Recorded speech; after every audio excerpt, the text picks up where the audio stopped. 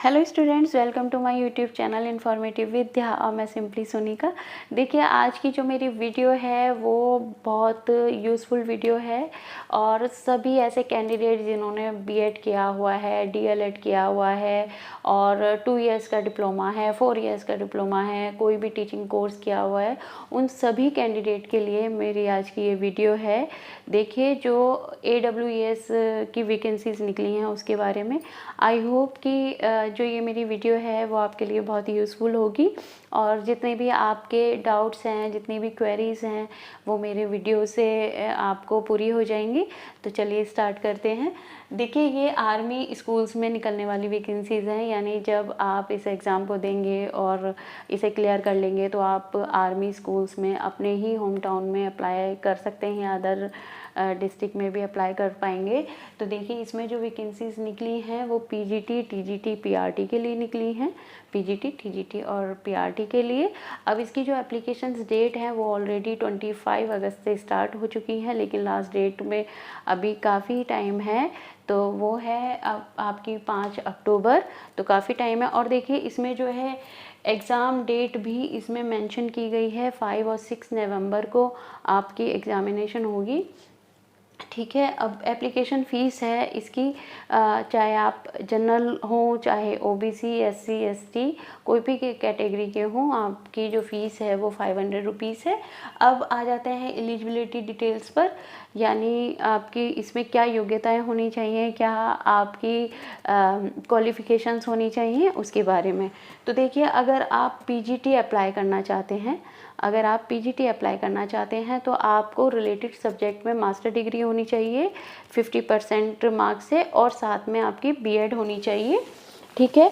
फिर अगर आप टीजीटी अप्लाई करना चाहते हैं तो बैचलर डिग्री आपके पास होनी चाहिए 50% मार्क्स से, साथ में बीएड आपका होना चाहिए।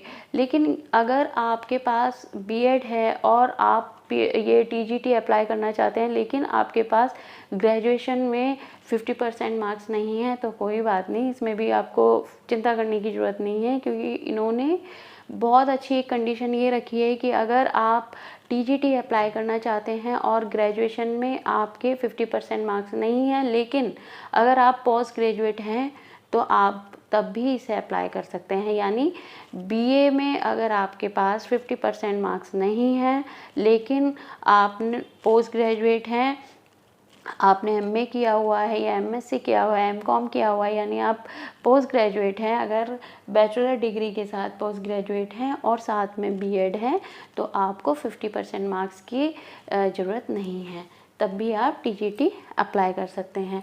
फिर आते हैं पीआरटी के लिए।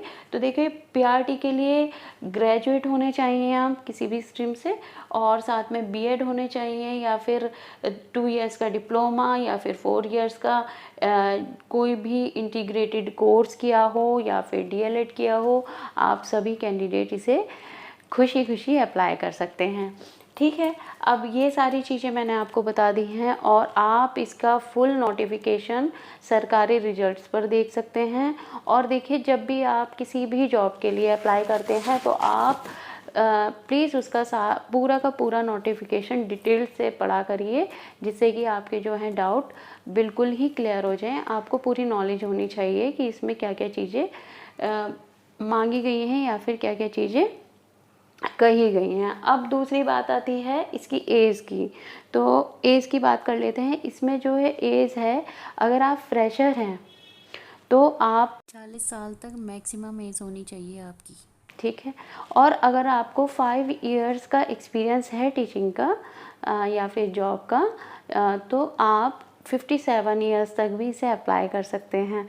तो देखिए, इसमें एज भी खुला दे रखा है, आप आइए, आ ही जाइए बस इस जॉब के लिए। तो ये ऐसी वैकेंसीज़ हैं। और फिर अब आगे आते हैं इसकी प्रोसेस के बारे में। तो देखिए, इसका जो प्रोसेस है वो 3 या 4 स्टेजेस में पूरा होगा। सबसे पहले जो है, जब आप इसका फॉर्म अप्लाई करेंगे उसके बाद सबसे पहले आपका ऑनलाइन स्क्रीनिंग टेस्ट देना होगा, और जब आप ऑनलाइन स्क्रीनिंग टेस्ट दे लेंगे तो उसके 14 दिन बाद, यानी 14 डेज़ के बाद में आपको एक स्कोर कार्ड मिलेगा। ठीक है, जो 3 इयर्स के लिए वैलिड होगा। और वो स्कोर कार्ड कहाँ से मिलेगा? वो मिलेगा www.awesindia.com से, ठीक है। और ये स्कोर कार्ड आपके लिए 3 साल के लिए वैलिड होगा, यानी आप जब भी कोई भी वैकेंसी आर्मी स्कूल में निकलती है तो आप इस स्कोर कार्ड के बिहाफ पे उसे अप्लाई कर सकते हैं और उसमें आपको प्रेफरेंस दिया जाएगा। अब देखिए इसमें जो है CTET जो है, CTET या TET इज़ नॉट मैंडेटरी, यानी आपके लिए CTET या TET सबसे अच्छी बात है कि उनके लिए ये ज़रूरी नहीं है, आप सभी पोस्ट के लिए अप्लाई कर सकते हैं। अब आती है कि आप ये सोचेंगे कि इसमें पोस्ट कितनी हैं, तो देखिए इनकी जो पोस्ट हैं वो आपको पता चलेगी जब आपका स्टेज 1 में OST यानी ऑनलाइन स्क्रीनिंग टेस्ट आपका क्लियर हो जाएगा और आपको स्कोर कार्ड मिल जाएगा। तब आपको ये पता चल जाएगा कि कौन सी जगह पर या कौन से डिस्ट्रिक्ट में कौन से आर्मी स्कूल में कितनी वैकेंसीज़ PGT, TGT और PRT के लिए निकली हैं। तो आपको वो जो हैं वो आपको कॉल करेंगे या फिर मेल करेंगे या फिर आपको खुद अपडेट लेनी होगी, ठीक है। फिर सेकंड जो है ये इंटरव्यू बेस्ड होगा, जो सेकंड स्टेज है वो इंटरव्यू होगा आपका। उसके लिए जब आपको स्कोर कार्ड मिल जाएगा आपको, तो आपका सेकंड स्टेज जो होगा वो इंटरव्यू का होगा। उसके लिए आपके लिए एक कॉल लेटर आएगा, ठीक है। अब एक बात के लिए आते हैं, वो देखिए इसमें क्या है, ये जो वैकेंसीज़ हैं ये रेगुलर टीचर के लिए है और ये फिक्स टर्म के लिए है।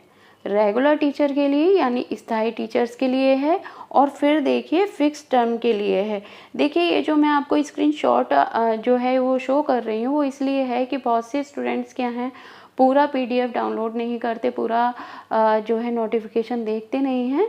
तो मैं आपको इसकी जो स्टेजेस बताई गई हैं और क्या इसमें टर्म्स हैं, क्या कंडीशंस हैं, उसके बारे में है, तो मैं आपको वो बता रही हूँ।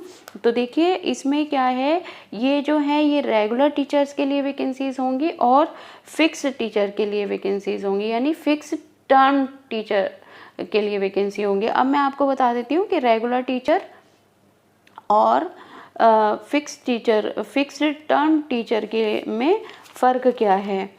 उसमें देखिए क्या है आपका, अगर आप रेगुलर टीचर हैं यानी रेगुलर टीचर के लिए अप्लाई आपने किया है या फिर आपका सिलेक्शन हुआ है रेगुलर टीचर के लिए, तो जो आपका इंटरव्यू होगा वो सेंट्रल सिलेक्शन बोर्ड के थ्रू होगा।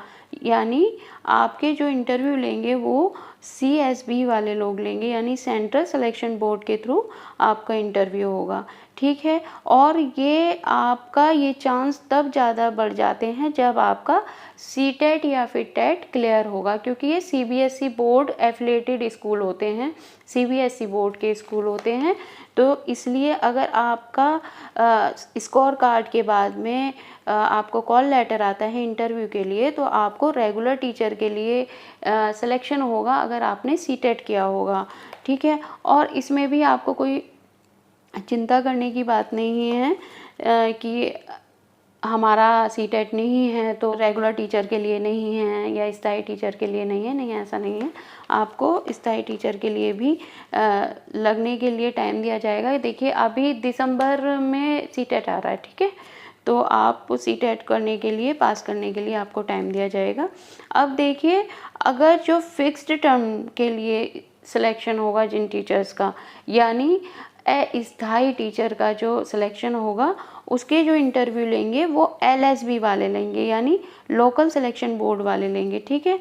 उसके बाद स्टेज 3 आता है, जब आपका स्टेज 3 में टीचिंग स्किल्स देखने के लिए या फिर कंप्यूटर प्रोफिशिएंसी देखने के लिए आपको एस्से या फिर कॉम्प्रीहेंशन 15 मार्क्स का दिया जा सकता है, या तो एस्से या फिर कॉम्प्रीहेंशन 15 मार्क्स का दिया जा सकता है। देखिए मैंने पूरा ट्राई किया है, अपनी पूरी कोशिश की है कि आपको इसे पूरे अच्छी तरह से इसकी जानकारी दे पाऊँ। आई होप कि आपको पूरी जानकारी मिली होगी। देखिए अब मैं आपको कुछ पॉइंट्स हैं जो जल्दी जल्दी से क्लियर कर देती हूँ। देखिए आपने बीएड किया हो, डीएलएड किया हो, 4 इयर्स का डिप्लोमा हो या फिर 2 इयर्स का डिप्लोमा हो, वो तो आप लोग एलिजिबल हैं इसे अप्लाई करने के लिए। दूसरा, ये जो वैकेंसी होती है ये होती है स्थायी टीचर के लिए और अस्थायी टीचर के लिए। अगर आपने सीटेट क्लियर किया हुआ है, हालांकि इसमें सीटेट मांगा नहीं है कि मतलब बहुत ज़रूरी नहीं है, लेकिन अगर आप सीटेट क्लियर्ड हैं और आपको ये स्कोर कार्ड भी मिल जाता है इसका क्लियर करने के बाद में, तो आपके चांसेस पूरे पूरे बन जाते हैं रेगुलर टीचर के लिए, यानी आप स्थायी टीचर के लिए नियुक्त किए जाते हैं। ठीक है, उसके बाद अब आ जाती है बात कि फिक्स्ड टर्म टीचर। भाई फिक्स टर्म टीचर वो होते हैं कि जब उन्हें टीचर की नीड होगी तब आपको बुला लेंगे, या फिर कुछ महीनों के लिए, या जो भी आपको टाइम बताया जाएगा उसकी कंडीशन बेस्ड आपको रखा जाएगा। ठीक है, अब जो आपको स्कोर कार्ड मिलेगा उसकी जो वैलिडिटी होगी वो 3 इयर्स की होगी। आप उस स्कोर कार्ड के थ्रू आप जब भी आर्मी स्कूल में वैकेंसीज निकलती हैं तो आप अप्लाई कर सकते हैं। ठीक है, अब इसकी जो वेबसाइट है, ऑफिशियल वेबसाइट है, जो मैंने आपको पहले भी बताई है, www.awesindiaindia.com।